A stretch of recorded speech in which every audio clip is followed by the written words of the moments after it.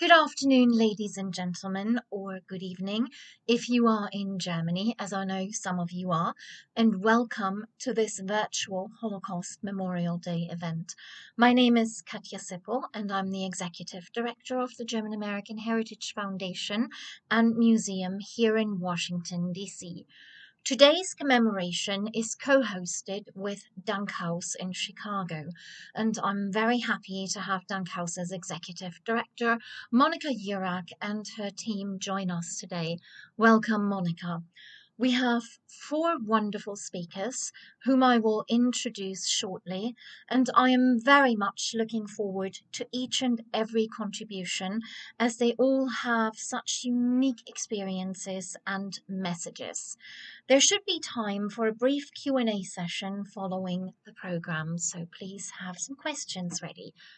Commemorating the Holocaust is not a joyful event, but it's a necessary one.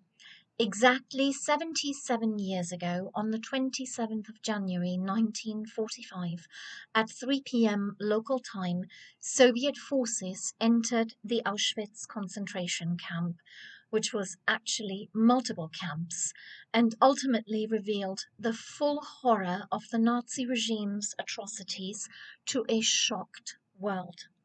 These were battle-hardened soldiers who had seen and engaged in killings and violence and bloodshed, yet what they encountered was absolutely horrific.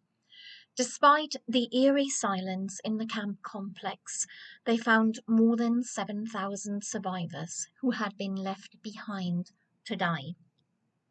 Auschwitz had only been in operation since May of 1940, so for not even 5 years, but more than 1 million people, men, women, and children, lost their lives. Those who were not gassed were murdered via starvation. They died of exhaustion, disease, individual executions, or beatings. Others were killed during gruesome medical experiments.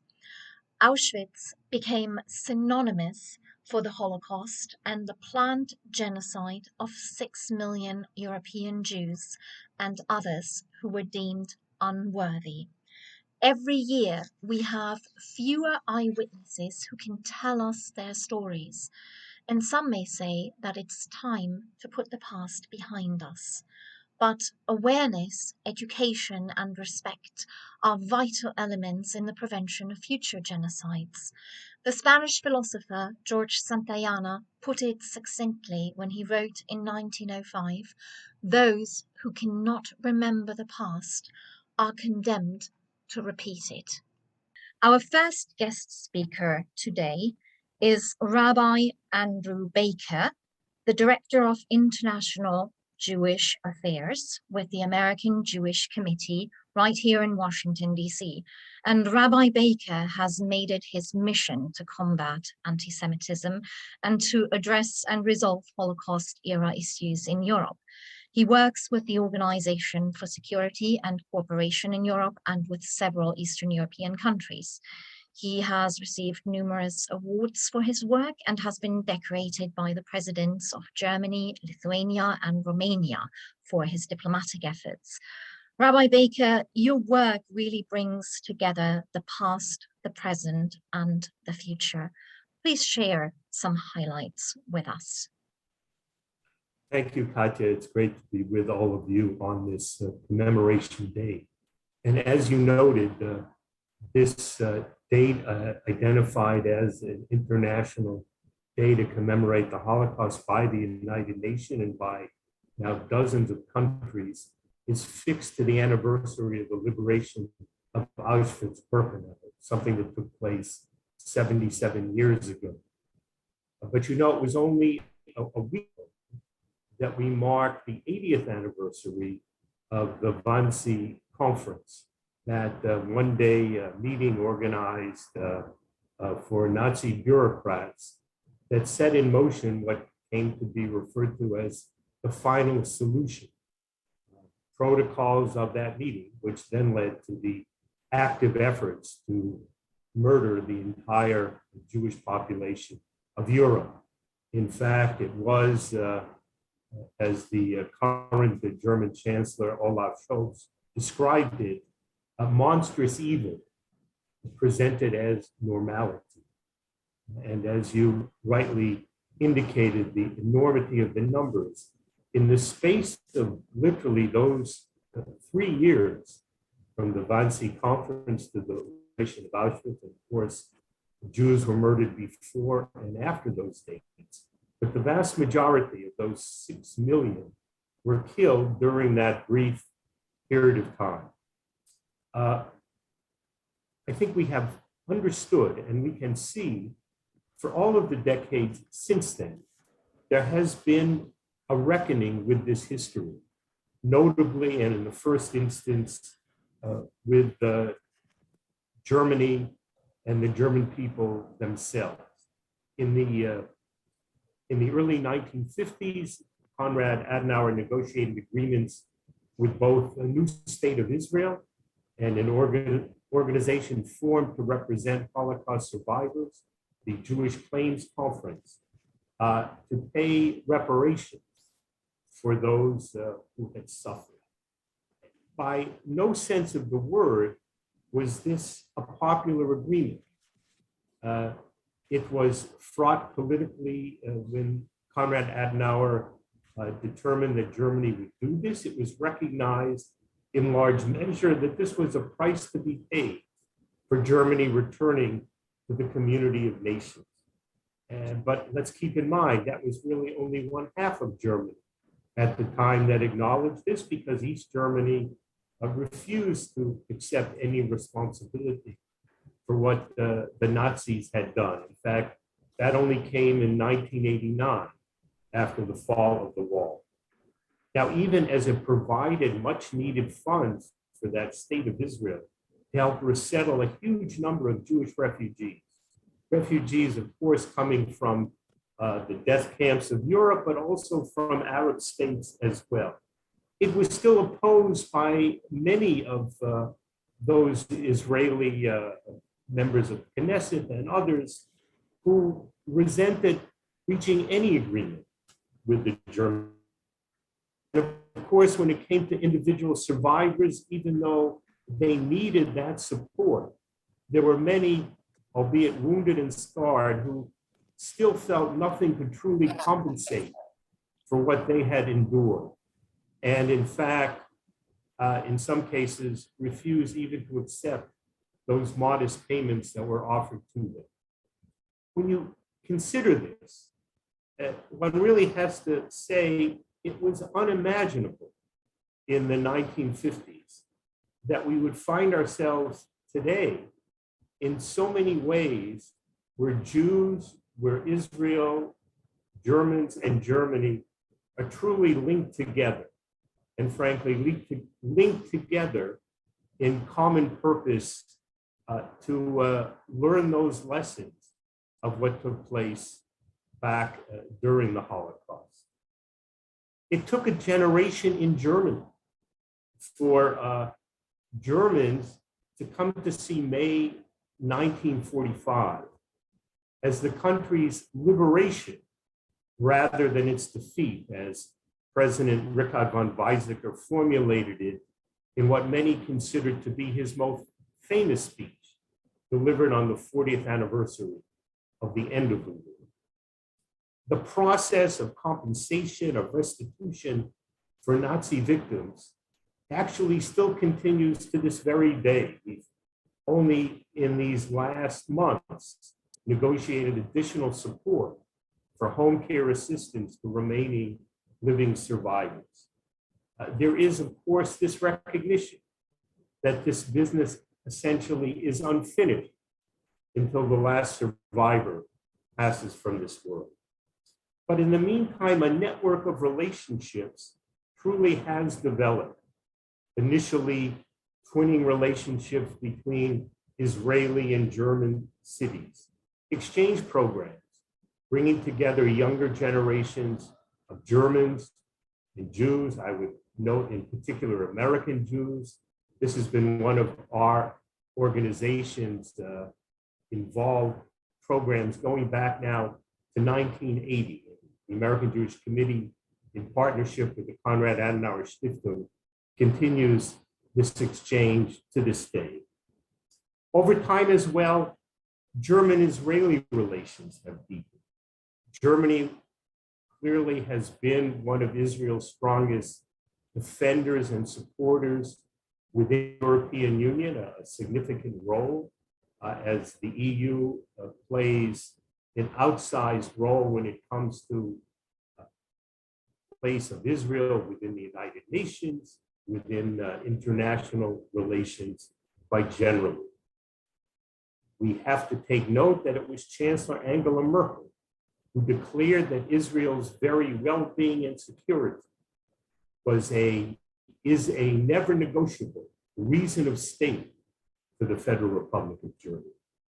And in fact, we saw only earlier this week the governments of Germany and Israel leading successful efforts at the United Nations to adopt a resolution condemning Holocaust denial and distortion, and offer a full definition of what this means, prepared by the International Holocaust Remembrance Alliance, known as IRA.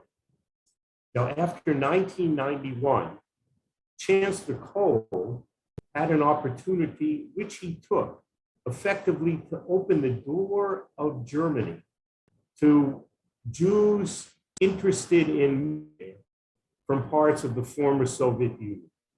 When I first visited Germany myself in 1983, I met a small Jewish community in Germany, perhaps numbering no more than 30,000, a community that was quiet, that was closed, and one where one might well have wondered whether there was any demographic future.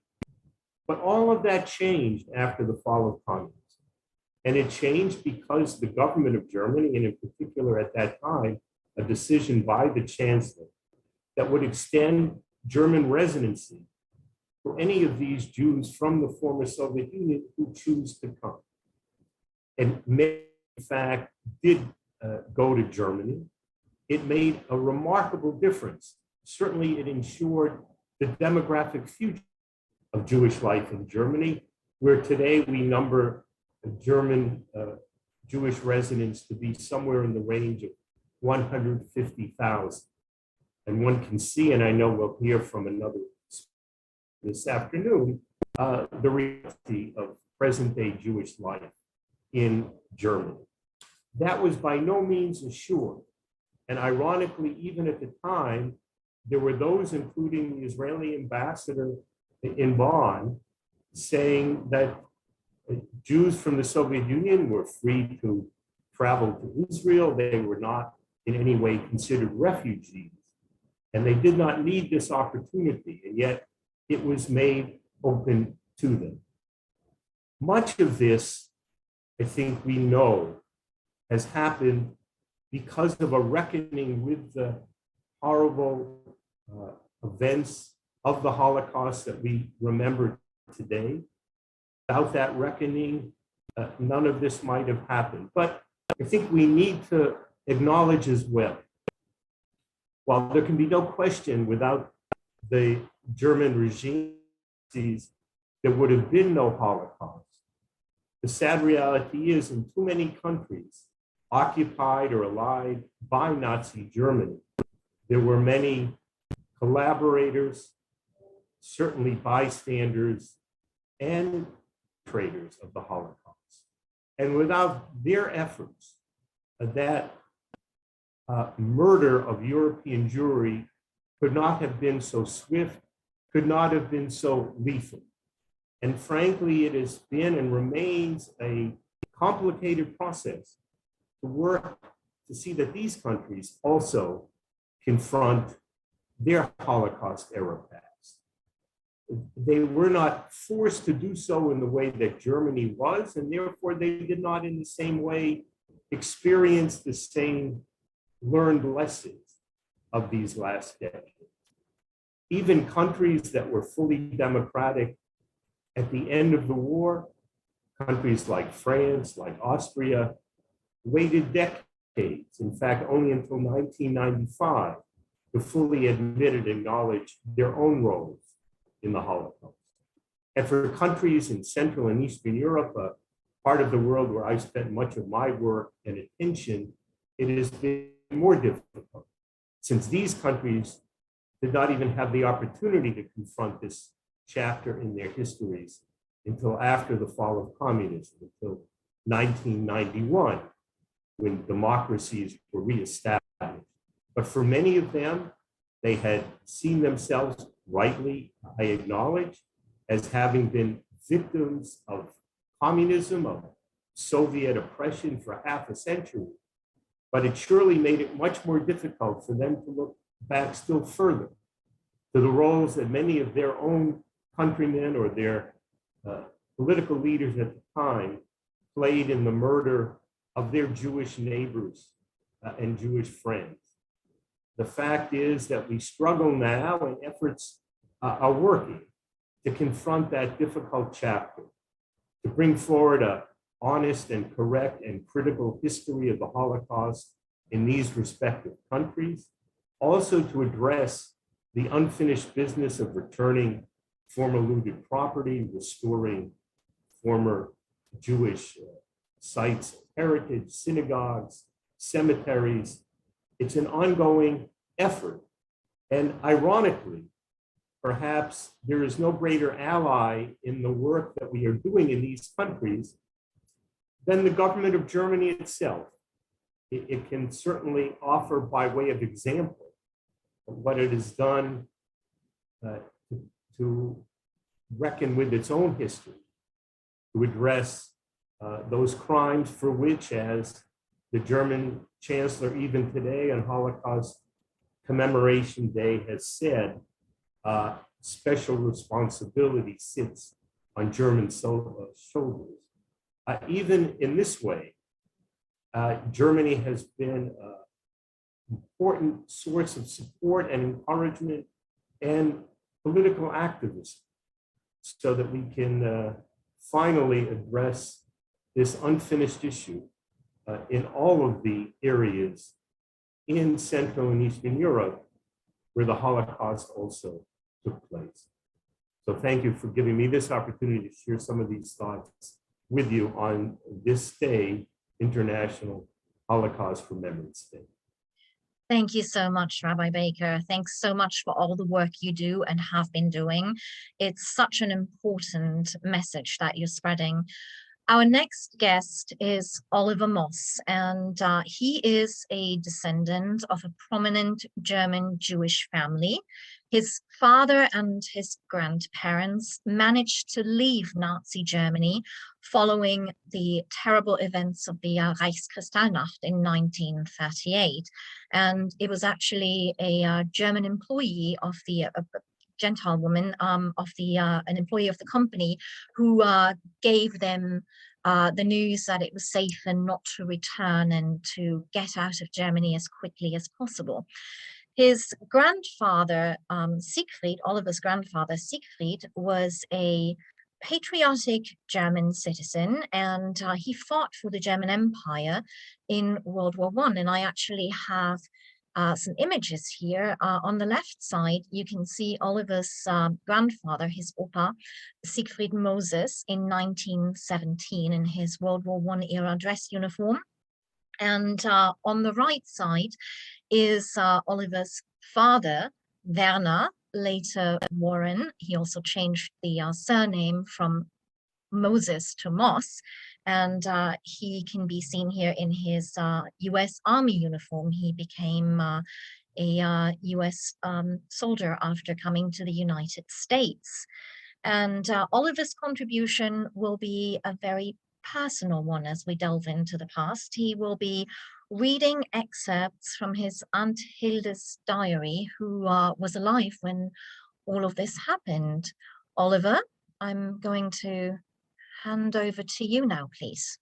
Well, thank you very much, Katja, and it's a pleasure speaking to everybody today. And the backdrop that I've got is the Oranienburger Synagogue, which is where my parents, where my father, which they attended, my grandfather. So very briefly, my grandfather, Siegfried Moses, was born in 1878 in Wielenia, Pomerania, then part of Prussia, and now Poland, known as Wielenia. He was the youngest child of 8. Family was poor, often to the point of lacking food. He married his wife, Irma Sturmthal, born in Paderborn in 1911. My aunt Hildegard, was born a year later. Though my grandmother, Irma, was raised in a kosher household, her parents sent her to the best school in town, which happened to be Catholic. To evidence the level of integration and acceptance of the Jewish community in Germany in those years, Irma was sent to the best high school in town, which happened to be Catholic, as I noted. And my aunt was named after her mother's favorite teacher, Sister Hildegard, from whom this biography I will read. Oprah Siegfried started as an apprentice in a department store in Poznań, now in Poland. He and his brother Alex bought the firm, Leopold Königsberger in Berlin. It was a wholesale textile firm on the Kommandantenstraße street in Berlin. They were successful selling merchandise to stores all over Germany and staff of traveling salesmen. Some years later, they acquired a factory in Saxony where they fabricated the first rayon textiles in Germany. A reading from my aunt's biography, quote, "My early childhood fell into the years of World War I. My father was an Unteroffizier, sergeant in the Flugwaffe, the Air Force, but he never piloted a plane and was assigned office work.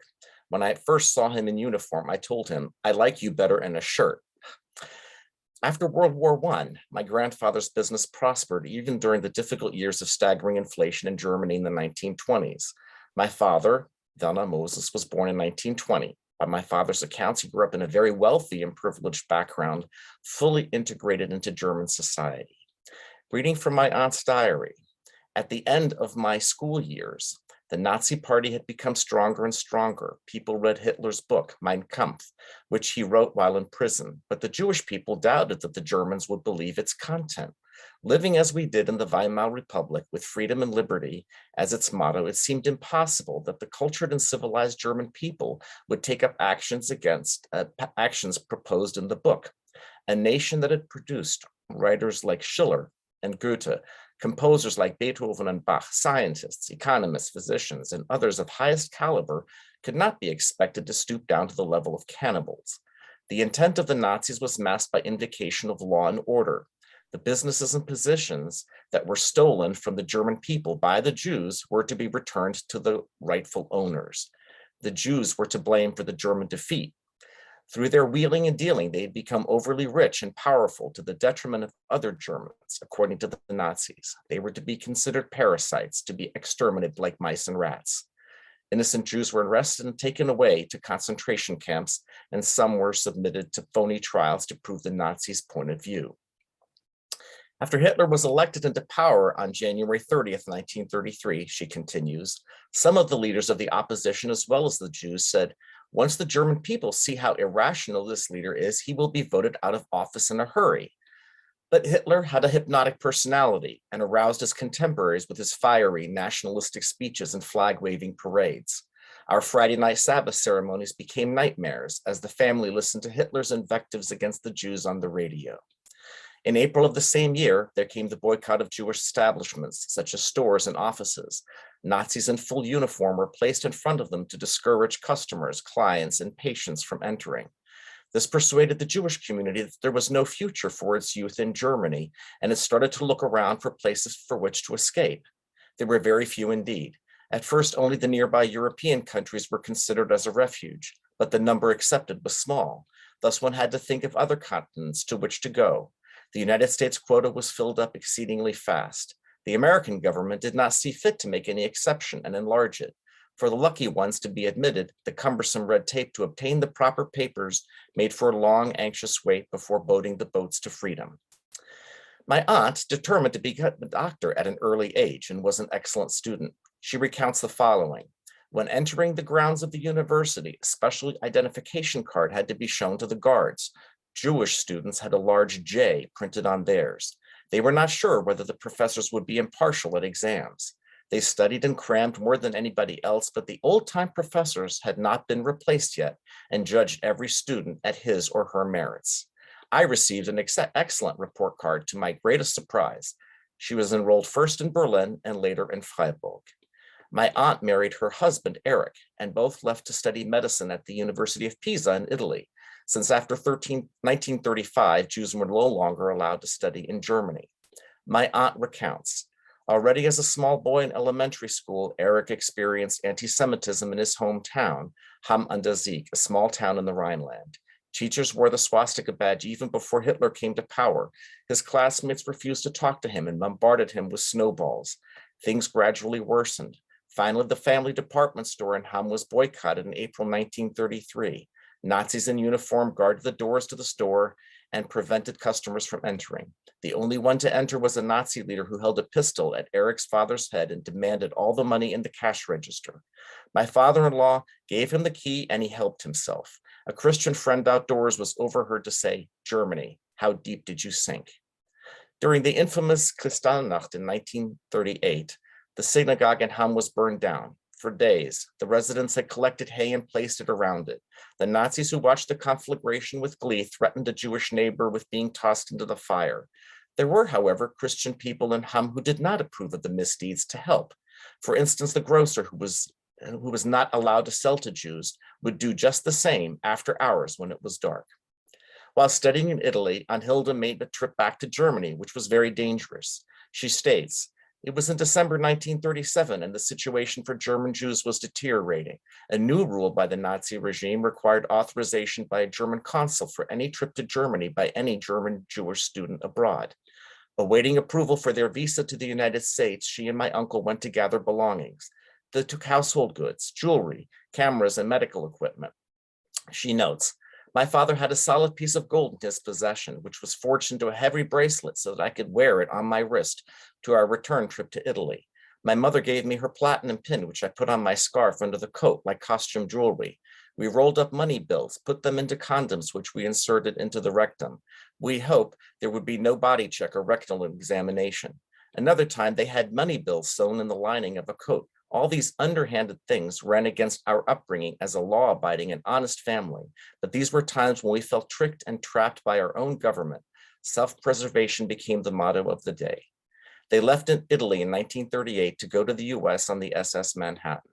She continues in her biography, "At first, our parents did not consider emigration for themselves. We have lived our lives and have enough savings to retire from business, if need be," they claimed. "My parents-in-law went into retirement before my parents and moved to Cologne. They hoped to be safe from further harassment, but conditions worsened almost daily." My father's brother Alex, who owned the business in Berlin with him, died of natural causes. The older brother Adolf and some of his children took refuge in Israel. His 5 sisters and their spouses and most of their offspring died under the Nazi onslaught. She continues, "When Kristallnacht happened, my father was on a business trip in Holland. Because Jewish males were taken away from the homes that night, my mother feared that my father could have the same fate if he dared to return home. A Christian girlfriend of hers offered to travel to Holland in order for him to stay where he was. She did that, disregarding that the trip endangered her. Telephone and mail were already being censored for non-Aryans, so it became difficult to communicate with one another. My father heeded the advice and stayed abroad. This left my mother to find a way to take care of the business, a task for which my father had not prepared her. She had to dissolve the household and obtain the necessary documents, permits, and visas in order for her to join my father abroad. She was near a nervous breakdown. Finally, she got papers to go to England, but not to Holland. She left for this country and was met there by my father, who had managed to flee there from Holland. They stayed there all through the German Blitz warfare, seeking refuge in shelters when bombs rained down from the sky. One note about my grandfather. At the U-Bahn station in Berlin called Haus Vogtplatz, there is a memorial to all of the Jewish-owned textile businesses carved into the steps as you head up the stairs exiting the station. My grandfather's business, Leopold Königsberg, is listed as well. As an anecdote, my father, Werner Moses, who had studied the textile business in Reutlingen, managed to leave Germany in September 1938 and took a plane to Geneva, Switzerland. He continued his studies there. It was unusual to take a plane at that time, but ground transportation was dangerous as Jews were turned back at the Swiss border when entering by train or car. I have a note in my father's passport at that time addressed to the leader of the Jewish congregation in Geneva, noting that his family was in good standing at his congregation in Berlin. My father left for the US in January 1940, on the Vulcania, sponsored by my Aunt Hilda and Uncle Eric. I still have the affidavit from my uncle vouching for my father financially. At the advice of his beloved sister Hilda, my father changed his name to Warren Moss to fit in more easily in the US. Within a few years, my father entered military service as an intelligence officer who was trained to interrogate German POWs. As I found out at a prior event organized by the German American Heritage Museum, my father was a Ritchie boy. Some of you might have seen a presentation about them on 60 Minutes. These men were recruited by the US military based on their knowledge of German and trained in interrogation techniques. Like most servicemen at that time, he never talked about this, and I only discovered this after he had passed away. He served under General Patton and during the Battle of the Bulge. 2 German generals surrendered to him at the end of the war, and I even have a copy of the German government surrender documents in all 4 languages. Just a quick update as well. His second wife, my mother, was a Christian German woman who lived through World War II in Stuttgart. My Christian grandfather, Wilhelm Grote, had also been in the textile business as a plant manager and had served in World War I as well. Though he had been a member of the Nazi Party, he was pardoned by General Lucius Clay. It's hard to fathom that my Jewish father would be loved and embraced as a son by a former member of the Nazi Party. Or the reverse, that my father could love his in-laws knowing his father-in-law's past, but not only did he love them, he invited them to go on my parents' honeymoon. It's impossible to believe that someone with my Opa Willy's convictions would not also be an anti-Semite, but so it was. Opa Siegfried visited and stayed with Opa Willy and my grandfather not once, but twice, in 1955 and again in 1958. I have correspondence between the 2 men that showed great affection for each other. So as Rabbi Andrew noted, there is room for reconciliation. I'm a product of that. Thank you. Wow, thank you so much, Oliver. That's such an amazing story. And we have talked a bit on the phone before this this presentation of yours, but you shared some details just now that were news to me, and such an amazing and touching story. And what a difference a bit of kindness and humanity can make, right? And that's actually what our next panelist, Dr. Michael Luick-Thrams, is going to talk about. He's a professor of social history from Iowa, but he's currently at the University of Erfurt in Germany.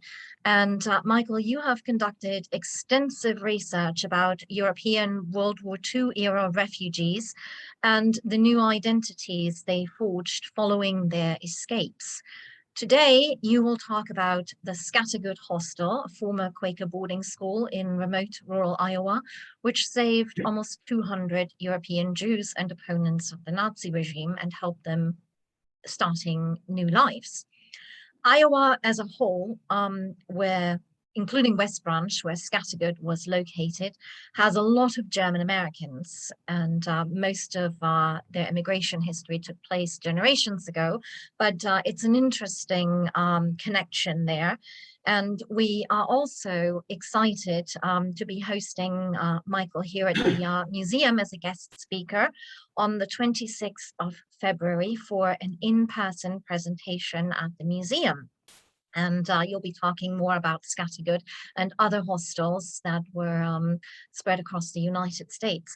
Michael, this is such an inspiring story, and I think it fits so nicely with the story of Oliver's family. It's one that I had never heard of, the Scattergood Hostel, and it just shows what a big difference these small acts of kindness can make. It's really such a bright light in the darkness. Can you please give us an overview of how you found out about Scattergood and what exactly happened? Sure. Listening to the good Rabbi Baker and to Oliver Moss, I'm reminded that it's so easy to kind of these Holocaust remembrances with a very glum and I think understandably despairing feeling. The beautiful thing about Scattergood is that this was an example of people not just ignoring what was going on, but rather choosing to be aware of what was happening in Europe, far, far away from the Iowa prairies, and indeed then to do something about it. Myself, I was attending a Quaker yearly meeting, which would be a conference, yearly conference in the mid 80s, I think, probably about 1985 or 6. And in the lunch line one day, a teacher at West Branch based Scattergood School, Robert Berquist, told me something about Jewish refugees at Scattergood, and I put it in my Rolodex of ideas in my mind and didn't think about it again. Long story, very short, fast forward to 1993, I was at Humboldt University in Berlin. Again, a long story how I ended up in Germany, but I had to find a reason to stay. And I applied to the graduate program, the doctoral program at Humboldt. And frankly, it was just to get a stamp on my passport. They called me in for an interview. And he said, what do you want to write about if we accept you? And I didn't have a plan. And then all of a sudden, this light bulb went off. And I remembered this conversation passing with this Iowa, now retired Quaker teacher. And I said, oh, I want to write about Jews who fled the Nazis and got to Iowa. The man across the table understandably leaned forward and said, really? And I thought, oh, he's on to me that this is a con job. I said, yes, of course. Oh, he said, great. The Third Reich is my area. I'll be your advisor. So I had to write to Robert and say, Robert, they've just accepted me to be a doctoral candidate at Humboldt, but I have to show them what I've done, what I know. I thought he'd send me 4 or 5 names of a few refugees who've been at the hostel during the war years. No. He wrote back and said, what you don't understand was I was on the staff of the hostel before the war, and after the war became a teacher that we opened school. He sent me 50 addresses of former refugees, staff members. And so I had a problem. I actually had to do something. I had too many sources now. I couldn't just say to my Dr. Father, oh, I'm sorry, I can't do this. There's too few sources left. So I wrote to these people, and I wrote crooked on my East German typewriter, and I think I probably rubbed my breakfast croissant in it and my coffee, and I tried to smear the ink. And I sent it out thinking these people read my survey, and I made it a very stupid survey. Why did you leave the occupied areas of Europe? Where did you go? What did you do? It was very banal. And I was hoping they wouldn't respond. And unfortunately, they did respond. And they sent 1,000 pages of their diary entries and their letters and postcards going back and forth between Europe. And they sent the toys they carried with them from Paris to Limoges as the German army advanced on Paris. These were German Jewish refugees who'd taken up residency in the French capital. They sent me all these things, ship passages. And so I had to have a plan B. In the meantime, Robert went to local archives in Iowa City and said to the archivist, Mary, do you have anything about Scattergood Hostel? She said, we'll see, Robert. She pulled open this filing cabinet, another 1,000 pages. Kitchen plans, English lesson essays. I had 2,000 pages. At that point, literally, I said, okay, I'll do it, leave me alone. And this began a huge odyssey. This was all an accident. I didn't intend any of this. I just got sucked into this amazing history that I had no idea how amazing it was until I launched onto it. The Berlin City Council, the Berliner Senat, Luftbrücke-Stiftung, which is the Airlift Gratitude Foundation, paid twice for me to go to America, and I interviewed 40 of these people across the whole country. And I interviewed them at depth. And when I came back to Berlin to work on my doctoral dissertation, by the way, which is now in the chat, I discovered that these Iowa Quaker young people and some college students, and that they had only heard in the late 30s, increasingly, of the Nazi threat. And then after the summer 1938, they came together and said, this situation is getting more and more desperate. We've got to do something. What do we do? They said, well, we have this closed school. Scattergood School had closed because of the Great Depression and falling Quaker demographics. And they said, we know. We'll open the school as a hostel in the summer because it wasn't heated now, it was abandoned. We'll bring these refugees from New York and from the East Coast out to Iowa for summer programs. They'll talk with our youth, they'll share their stories. That'll be it. They sent a letter to Philadelphia to the American Friends Service Committee, which later got a joint Nobel Peace Prize with the British Quaker Service for their wartime efforts. And they said, we would like to offer a school. In the meantime, the AFSC's General Secretary, Clarence Pickett, and his wife had returned from Nazi-occupied Europe on a fact-finding delegation. And then there was Kristallnacht, November 38. And the AFSC said, no, we don't want you to have a summer program. We want you to have a year-round program. We will send you escaped Jews and a few others. I'd say about 85% of the 185 people were of Jewish descent. And that indeed began this hostile project. Iowa Quaker farmers soon fell into line. Two different branches of Quakerdom that hadn't spoken to each other much since the 1870s over theological differences, they came together. One outfitted the place, the other fixed up the broken windows and fixed the holes in plaster, and they actually made this work. And they began to take in the first fleeing Jews from Vienna and from Berlin, and it began to happen in the spring of 1939. The first family arrived, the Deutsches from Vienna, with their little children, and this was this long procession over 4 years. They brought them in, they gave them English lessons, but not only, because English was not yet the world language, it was still French. They gave them driving lessons because most people in Europe who had a car were wealthy enough to have a chauffeur. In America, especially the Midwest, even in the 1930s, you had to have a car, you didn't have legs. They gave the people excursions to the Iowa City campus of the university, to the model school. So it was a high school run by the university pedagogical program. They went to see the newspaper being printed, and they talked about, in a democracy, who decides what's in the press and the paper. And so these people got a crash course in American life. And the idea was these European bankers, lawyers, business people, they would come out to the Midwest. They would rub shoulders literally out in the fields. It was like a commune. They were in the fields most days, raising most of their food. They had cow, they had horses, they had pony for the children, they had sheep, a couple pigs, and they were sort of like raising their own food, like almost a kibbutz in a way out in the middle of the Iowa prairie. And the idea was, in this closed context, they would learn English quicker than by going during the day to English lessons in New York or wherever people had been. And they would also learn American ways. And they talked about the Americanization of these people. That was the whole point. We will make new Americans. And indeed, that's what they did for 4 years. In a month, it'll be my honor, great pleasure to speak in Washington at the German American Heritage Museum. I'll go in more detail, but I will say that at the end of these 4 years, because the war was intensifying and more outlets of escape were being closed, for example, no more Jews to Shanghai or to Cape Town or the Caribbean, so the Quakers couldn't get enough refugees anymore on the East Coast to warrant keeping the hostel open.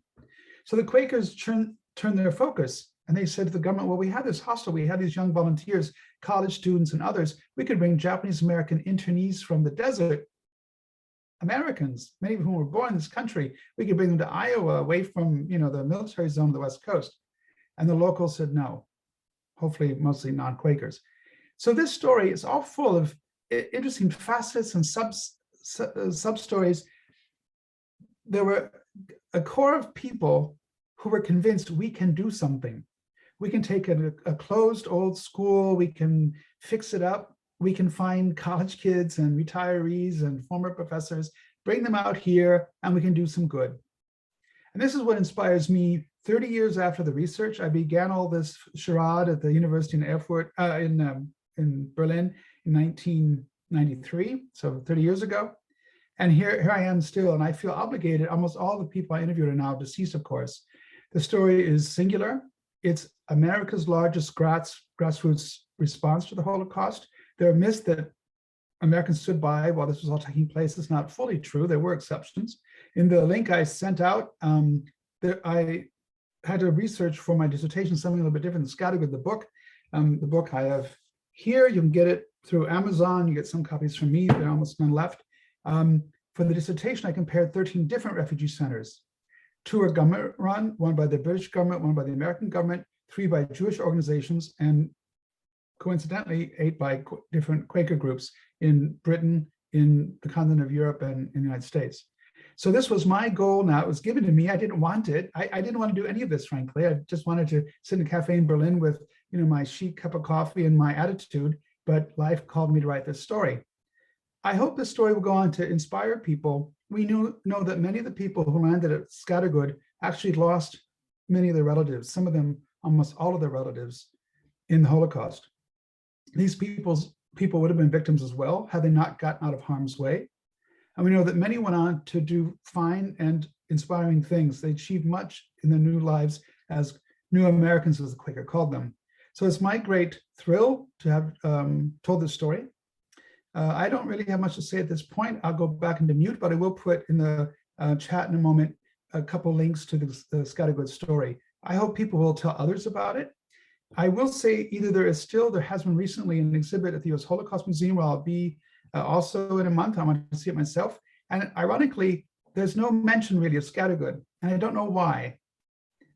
You folks who have connections can talk to the Holocaust administration and the staff, the archivists, and ask them, why is America's largest direct grassroots response to the Holocaust not being talked about in the Holocaust Museum? But I'll let you sort that out. Anyway, thank you that I could share. And if there are any questions during the Q&A, or in a month, happily in depth, I'll tell many of these stories then with some detail. Thank you. Thank you so much, Michael. And I actually have some images here from the Scattergood Hostel in Iowa. And there is also in the collage is the cover photo of Michael's book again. But up here on the left, you can see the refugees engaging in typical daily activities. Just as you said, Michael, it was a practical, hands-on way of becoming Americans. And here is the actual school building. I apologize, it's an old image, so it's rather small, but in the email invitation, there was a link to Michael's website where he is showing images and going into more detail about the research. And then here you see some of the children who started their new lives there. So thank you so much. I am now going to hand the microphone to Monica Jirak from the Dankhaus in Chicago, and she will be introducing a young lady who is representing the presence right now in the Jewish experience in Germany. Monica, over to you, please. Wonderful. Thank you so much, Katya. I am so honored to introduce our final speaker today, Anastasia Kallish. Miss Kallish is an Oak Park, Illinois native. Oak Park is a border suburb of Chicago. She's a recent graduate of the College of DuPage. She lived in Austria from 2016 to 2017. Worked at the Dankhaus as a language program assistant with our children, where she helped elevate additional programming for younger audiences. And she is now participating in the fellowship program with the Congress Bundestag Youth Exchange for Young Professionals in Germany, and is currently living in Dresden through June. Anastasia, it's so nice to see you virtually. We miss you back in Chicago. Well, it's so good to be here. I miss you guys as well. I hope everyone's doing well at the Dankhaus. So as Monica said, my name's Anastasia Kallish, and I'm part of the PPP. So that's the Parlamentarisches Patenschaftsprogramm für junge Berufstätige, so in German. And I've been living in Germany since August, and I lived in Austria for around 10 months right after high school. And I have to say, I never really contemplated or really put too much thought into like my Jewish identity until I lived in these places, just because I feel like I was very much so confronted with topics as the Holocaust and Jewish life today, or anti-Semitism in Germany and Austria today when I was living there. I feel like it was a lot more prominent than in the United States.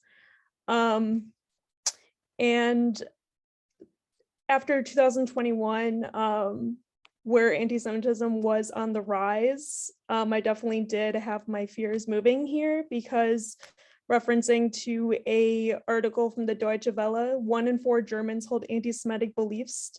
And so in the article, I won't read the whole thing, I'll only read like a paragraph, but it really did stick out to me, and it really made me, it made me feel something, just because or holds some truth. It said in the first paragraph, more than a quarter of Germans surveyed said they agreed with anti-Semitic statements, including that Jews have too much power over the economy. Over 40% said they thought Jews talked too much about the Holocaust. And this is from October 24th of 2019. So it wasn't that long ago that the Süddeutsche Zeitung actually ran this study with people in Germany, the survey asking about anti-Semitic beliefs and finding out these really disturbing statistics that Germans, even though the Holocaust, you know, some argue was super long ago and it's all over and done with, it makes you think, is it really over and done with to this day within Germany? And it's definitely been it's been a very conflicting experience for me living here, just because I'm actually in former East Germany. And normally I do wear a headscarf, but today I'm wearing a beanie. And I do notice that though Germany has, you know, done a fantastic job with talking about the Holocaust within their education systems, I feel like it's a little bit complicated because I still feel like that there's still, obviously within the study, there's a lot of Germans out there, 1 in 4, who still carry anti-Semitic beliefs that led to things such as Auschwitz or Kristallnacht. And but I've also had positive experiences here as someone who is Jewish. For example, during Rosh Hashanah, which is the New Year, I cooked my host family a feast, and I taught them about the Jewish New Year, and they were really excited. And I taught them about the traditions and what's done, and I showed them some music. And then also for Hanukkah, my best friends are all from Berlin. They're all born and raised Berliner, and I actually cooked them a Hanukkah meal with brisket and sweet and sour soup and a lot of family recipes. And we read this one children's Hanukkah book that I normally read with my parents. And it was a really cool experience because a lot of them, I'm the only Jewish person they know, and normally the only things they hear about Jews are from 70 years ago. From the Holocaust.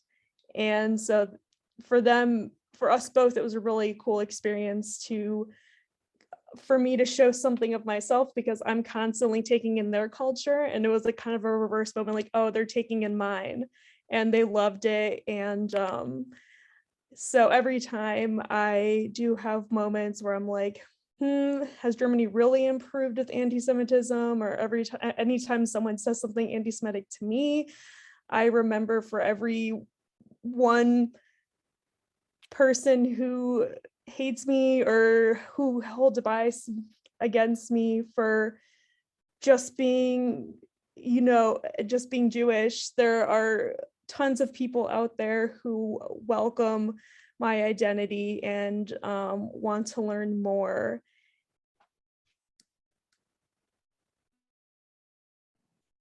Well, thank you so much, Anastasia. That's I'm sorry to hear that you're still encountering some really nasty people who hold those terrible views, but I'm also happy to hear that there are many who are welcoming you with open arms, and perhaps the personal impression that you are giving them is making a difference and is helping them to embrace you as, just a person who is really very much like them. I think there's a certain fear of, the other. In anthropology and social sciences, there is the other as something that we don't know, that's unfamiliar, and by definition, sometimes perceived as threatening or frightening. And I just see you as a very outgoing and lovely young woman, and I do hope that everybody else can see you like that too. I'm so thankful that you came today and had the courage to speak so openly. I would like to open it up to our participants, and please feel free to ask some questions. unmute yourselves or put a question in the chat if you don't want to speak in front of the microphone, but please ask your questions. Well, if nobody else speaks up, can you hear me? Yes, we can hear you. I'm Hardy von Auenmüller. I happen to be a colleague of Katja's. I'm on the board of the German American Heritage Foundation. And I have to really congratulate you, Katja, for getting as many diverse and particularly people from different parts of the world, I could almost say. And being an old Saxon, I particularly enjoyed hearing the last personal testimony of Anastasia, because I hail, well, my family hails from Dresden. I was born just outside of Leipzig, but I've spent about 12 years between 89 and 2000 in Dresden and in the surrounding areas, helping to rebuild that heavily bombed city. And particularly also I was involved, and I'm very proud of it. I have three cousins actually in Dresden. They all are part of the Semper Opera. One unfortunately died, one retired, but one is still active there. So if you have never been in the Semper Opera during your time, I would like you to send me a little note via Katja. And I'll make sure that my cousin, who is still active there musically, at least gets you a ticket. That's a little gift I want to have. But I also have to say I was very pleased that just close to the river, where the new synagogue was built, during that period, a very small Christian community, of which my family is part of it and has been for a long time, offered to basically give the rather small Jewish community, which at that time counted less than 50 people, a home to, it is a church, which is under an old residence there.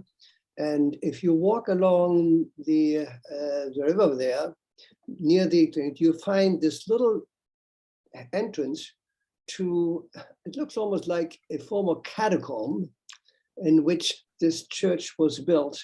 And we opened that particular office and building to the Jewish community.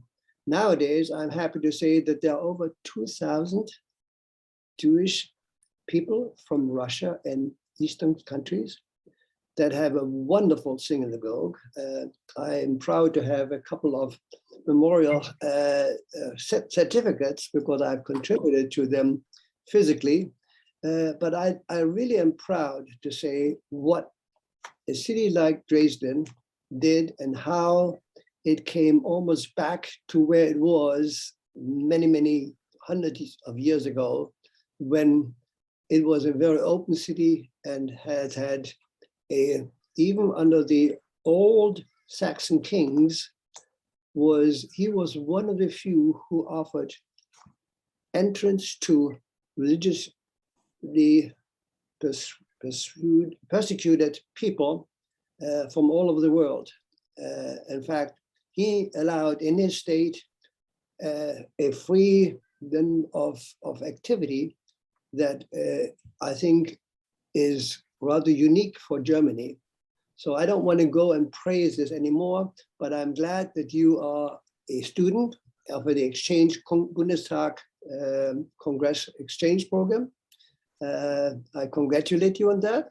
And if you do want to have a dialogue with me, I'd like to very much have a private conversation with you, because this is obviously beyond what is being discussed here at this particular, but I'm glad you enjoy your stay and have found so many open-minded people there. I know there are some rather strong-minded radicals on the left as well as on the right side, but these are all political discussions that go beyond the scope of what we are talking here. So I would like to thank everyone who spoke here, including Katja, for your contribution, because in my opinion, this is a dialogue that is very important. And beside that, I also want to celebrate today Mozart's birthday.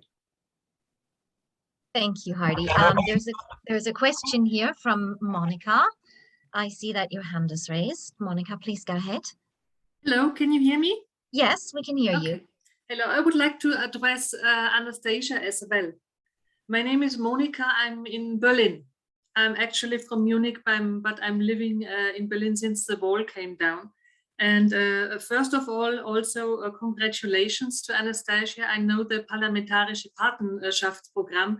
It's not that easy to get accepted there. Congratulations for you. A very, very good honor and good chance for you. And also, I listened to your touching story and your experience here in Germany. And I think it's very good that you are like an ambassador of your culture, to bring your culture to the people over here. That's the best thing to do. So each one gets to know each other. And I hope also that during your stay, you have the possibility to travel around the country. Please do that. Come to Berlin, go to Bavaria, go to the other parts of Germany as often as you can. Meet other young people, and you will meet brilliant young people, also from other countries, but also many German young students, and go out and have fun and enjoy your stay here. Don't give up, okay? Thank you, Monica. Words of encouragement and inspiration there. Thank you. Do we have any other questions?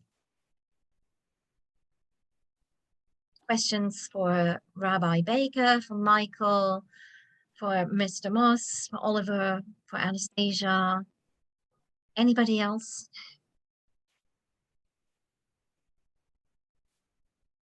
No? All right, well then I want to thank you all very much for participating in today's program, and I know it was a somber message, but I think that we saw some very bright spots of hope, of reconciliation, and of communication and respect as well. And I think that's so very important going forward. And if you have any questions, please don't hesitate to email us. And I'm going to put the email in the chat. This is the general inbox for the museum. Sorry, give me 1 second. I just sent it to one person accidentally. And then I'm also going to give you my personal email. And don't hesitate to reach out. We love to hear from people, look forward to hearing from people. Thank you again. I want to especially thank our guest speakers today, Rabbi Baker, Oliver Moss, Dr. Michael Luick-Thrams, and Anastasia Kallish, who is joining us from Dresden, where it's getting quite late, right? It's almost 9 o'clock there, or it's past 9 o'clock, and the same for you, Monica. So thank you again for being here today. And yes, Hardy. Just in closing, I would like to suggest if somebody wants to read more about the situation that started, we all know, in January of 1933, when Hitler took over.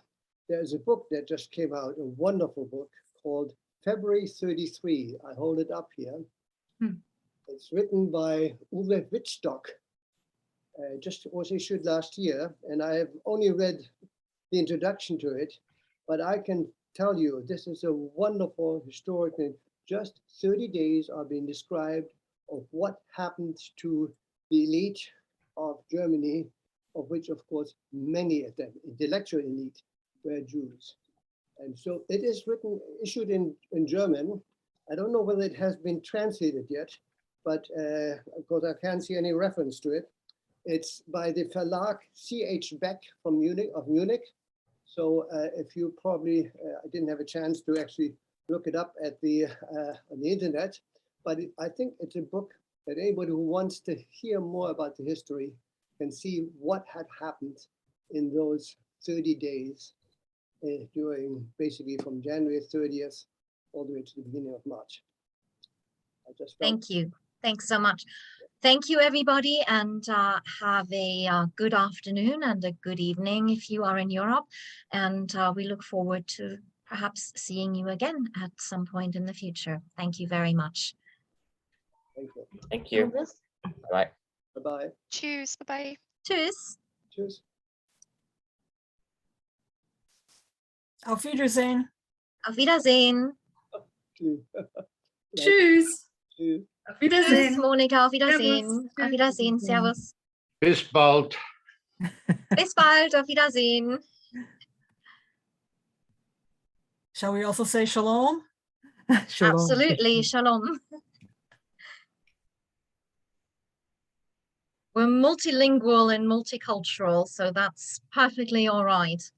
We don't discriminate. Guten Tag. Guten Tag. Every greeting is welcome. I guess to some people, should we say guten Guten Abend. Abend? Yeah, guten Abend. Definitely to those in Germany. Bei mir ist es nur Nachmittag. Ja, bei mir auch in Washington, D.C. Kurz nach 3. Ja. Vor 2. Ah, ja. Thank you again. Thank you for joining, and have a wonderful rest of the day or a good evening if you are in Germany. And if you have any questions, please don't hesitate to contact us. Thank you. Goodbye. Bye.